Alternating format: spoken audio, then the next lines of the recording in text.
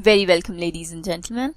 I am Nishu Goyal, and in today's video we'll be learning about using a view child in Angular. So let us understand what a view child means. Whenever you want to access a child component inside the template of a parent component, that's when you use a view child decorator. To understand this, we'll take two components, a child component and a parent one. Since the child component can be located inside the parent component, we can access it using view child. Let us go to Visual Studio Code and understand. So here inside our project, we have already created two components. app.component.ts is the parent component, whereas message.component.ts is the child component. So going to our child component, we have already created the component class, and inside that we want to use a variable, let's say message, and let's take input property on this so that we can get the value of our message variable from the parent component. Let's give it of type string here. Also inside the template of our child component, let's simply interpolate the value of message property using h2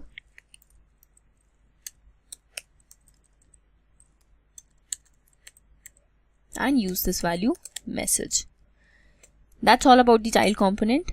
Going to our parent component here, and let us take this property message of type say any. Now to use it, let's give it a simple value which says this dot message equals to, let's keep it simple and say hello all.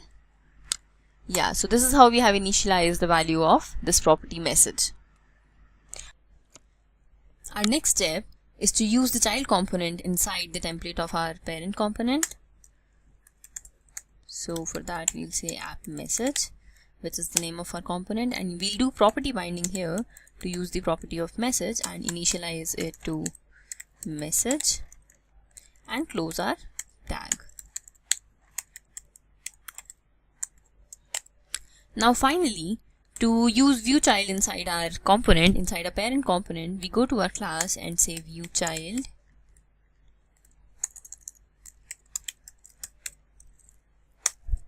Inside that we'll pass as argument the name of our child component, which is message component.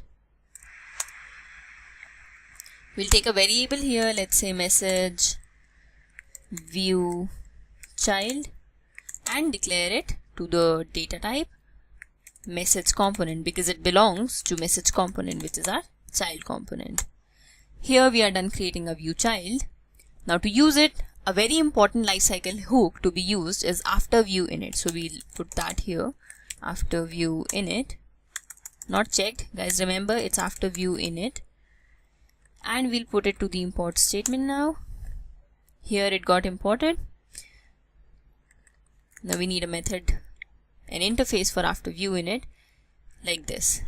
So we'll remove these statements. The throw statement will be removed from here, and we'll simply say console.log this dot the variable that we just created, which is message view child.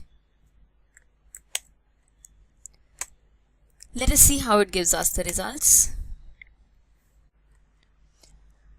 Great, so we compiled the program successfully, and looking at the browser we have got the message value, that is hello all.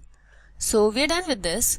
One more thing we can do is we can also update the value of our message property using view child. So inside the lifecycle hook ng after view init, we can simply update the value of our message property using view child. So we'll say this dot message view child dot message equals to, you can give it any value that you want it to be updated with. So let's say updated value. Let's save it and now look at the browser. Now great, it says updated value. So we could do this, but there's this problem. When we look at the console, it gives us an error which says expression changed after it has been checked error. So let us see what that error is. When we go to Visual Studio Code, we might see that we simply updated the value here. Now to rectify this error, what we can do is we use change detection using change detector ref. Let's see what that service is all about.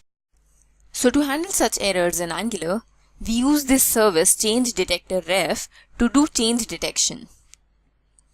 We do this by injecting this service to the constructor of our component. So we go here and create a new constructor and inject this service using the keyword private, using any keyword, let's say cd, and then injecting the service which is called change detector ref. R needs to be capital here. Yeah, so this is how we have injected this service and imported it to the import statement as well. One more thing that we need to do is to use this service that we just injected. Here inside our lifecycle hook, we'll say this dot the keyword which is cd dot this method called detect changes, like this. Now hopefully we'll be getting rid of this error that we just faced. Let's go to the browser to see. And yeah, we don't have that error which we were getting earlier.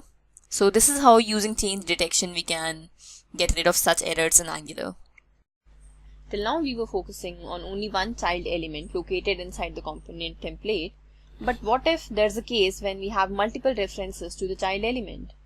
So in that case, view children instead of view child comes into play. So to do that, we simply replace view child by view children everywhere we have it, and instead of just updating the value of message, we write for each item here. So it's very simple when you want to give multiple references to the element using view children. To learn more topics in Angular, refer to these two books by BPB Publications and enhance your knowledge. And do not forget to subscribe to our YouTube channel. Thank you everyone.